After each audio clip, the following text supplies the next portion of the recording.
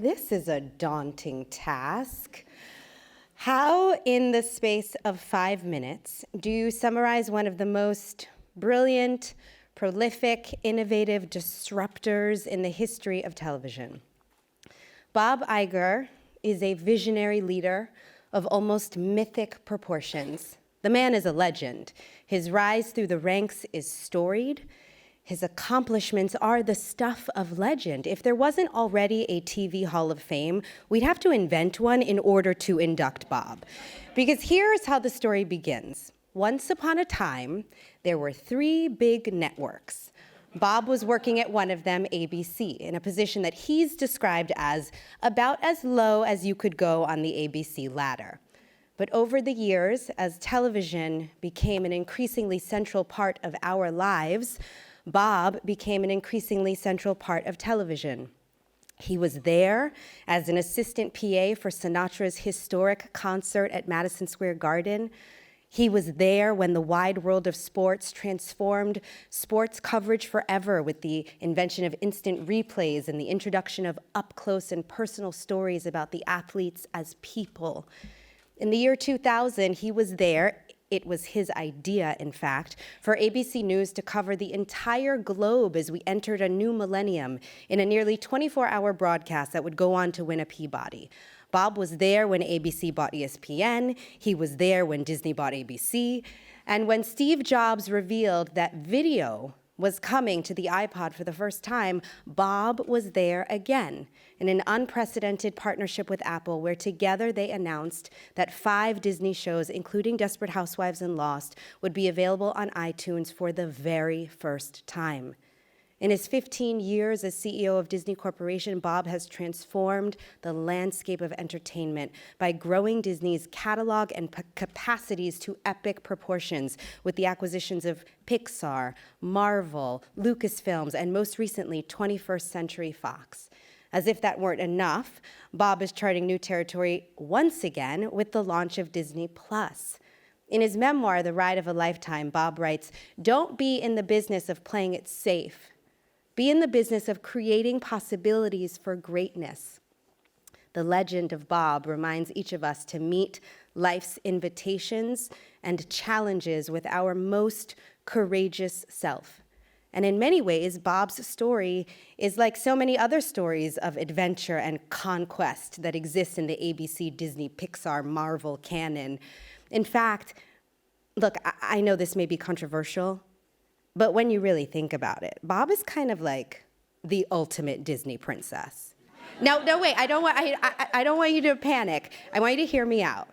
He began his career sweeping ashes out of the ovens at Pizza Hut. If that is not a modern-day Cinderella, I don't know what is.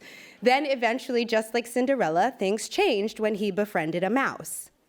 Like Merida, he set out to change his fate. Like Moana, he went beyond the reef. Like Tiana, he kissed a few frogs. Professionally speaking, I mean, not every new TV show is going to be Grey's Anatomy.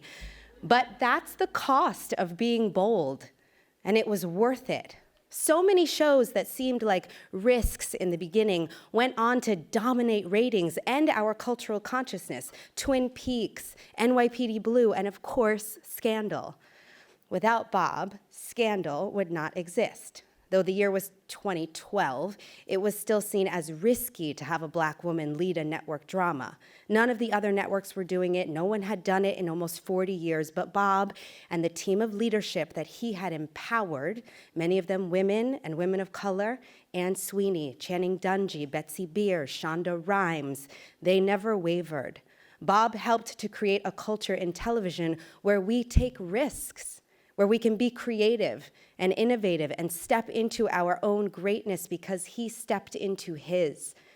As a mom, I am grateful that in Bob's time as CEO, he has ushered in a new kind of Disney princess who embodies courage, strength, leadership, and agency. As a producer and an actor, I'm grateful that he also led the way for a lineup of primetime princesses. Princesses for grown-ups like the Desperate Housewives and Olivia Pope, Annalise Keating, and Meredith Grey. Princesses with agency and drive and smarts and guts. And what's more, he empowered writers and producers, actors, female writers, producers, and actors to make those princesses our own. You see, like a true Disney princess, Bob doesn't choose the easy path. He follows the ones with thorns and traps, turbulence and waves, because he wants what so many of us want, to tell good stories, to tell them well, and to touch as many hearts as he can.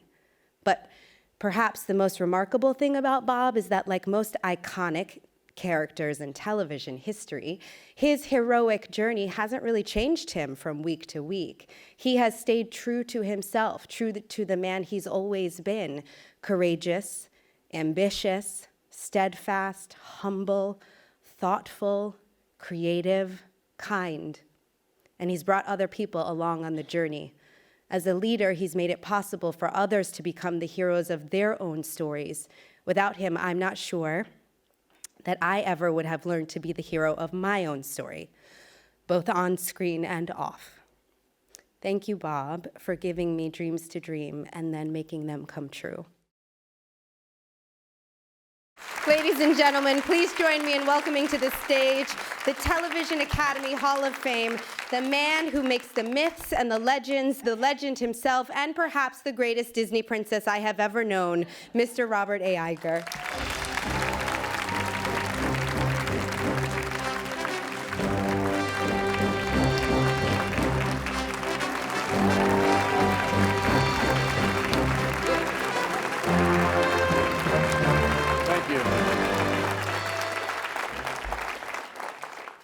You have truly left me speechless, not just because you introduced me as a princess, that is a first. You are incredibly generous just to spend this evening with us, obviously quite generous to do this on my behalf. And those words are just hard for me to comprehend. It's hard for me to comprehend you were speaking about me, so thank you, Kerry. It's been great to know you and great to work with you, and you're a credit to our company and to this whole industry, so thank you. I stand here tonight extremely humbled by this occasion, and I'll start with just a quick joke. The legendary Yogi Berra, when he was inducted into the Baseball Hall of Fame, had this to say, quote, "I guess the first thing I should do is to thank everybody who made this day necessary." So I want to express my sincere thanks to the Academy and everyone involved in this wonderful and, I guess, necessary event. I also would love to congratulate my fellow honorees who have not been fully introduced, but it's fantastic being up here with them. Geraldine, Jerry Laybourne, who we worked together back in the late 90s, and of course the great Jay Sandrich and Seth MacFarlane, and the incomparable Cicely Tyson. I'm proud to share this moment with all of them, as we have the tremendous privilege of joining a select group that includes so many incredibly talented people that I think we've all looked up to and admired and learned from over the years. And as I was getting ready for this event, I thought a lot about the great opportunities that I've had and what a dream come true this 45-year journey has been for me. Because even as a little boy, I was passionate about television and movies, and I actually knew at a pretty young age that someday, I might be part of this incredibly captivating business. So it's hard for me to believe that a 4-year-old kid who would sit in front of a black and white television watching hours of the Mickey Mouse Club, or a 19-year-old college student who took a writing and directing class taught by a man named Rod Serling would actually grow up to be me.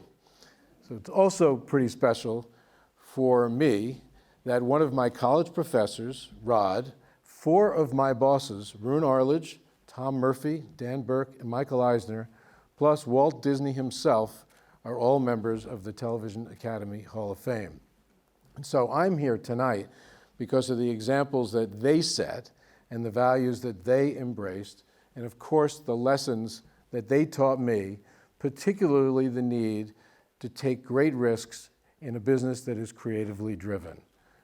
Now, all of us Hall of Famers have certainly witnessed more profound and more incredible change, in fact, a complete and rapid transformation of our industry, one that I don't think any of us could have ever imagined.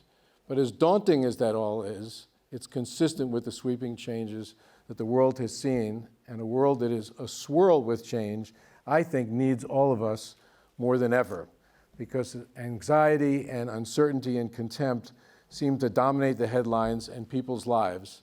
And with that in mind, and given television's omnipresence in the world, the ability to reach billions of people every day, I believe we have more than just an opportunity, we have a responsibility to serve the vital needs of people and to make a profoundly positive difference in the world. Because the stories that we tell can provide a much-needed escape, but they also help people relate to one another, gain a deeper understanding, different perspectives, and create a sense of connection, and hopefully a sense of optimism, which is something that we at the Walt Disney Company strive for every day. Now, we can achieve this by telling positive stories that promote strong values and inspiring role models, but by also being truth tellers, by making sure the stories that we tell accurately reflect the world that we live in.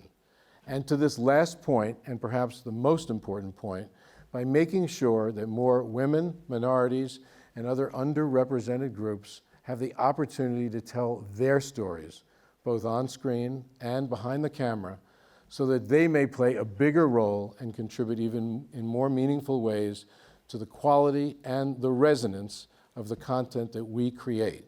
And I think this should be our #1 priority. So, thank you. So as I look ahead to the future of our business, I'm optimistic. We do have a tremendous opportunity and a unique ability to make a lasting, positive difference in our world. And that, I believe, is the real legacy that we should all strive to achieve. I'm proud to be part of this industry, proud to be here tonight, and I thank all of you again from the bottom of my heart for this award. Thank you.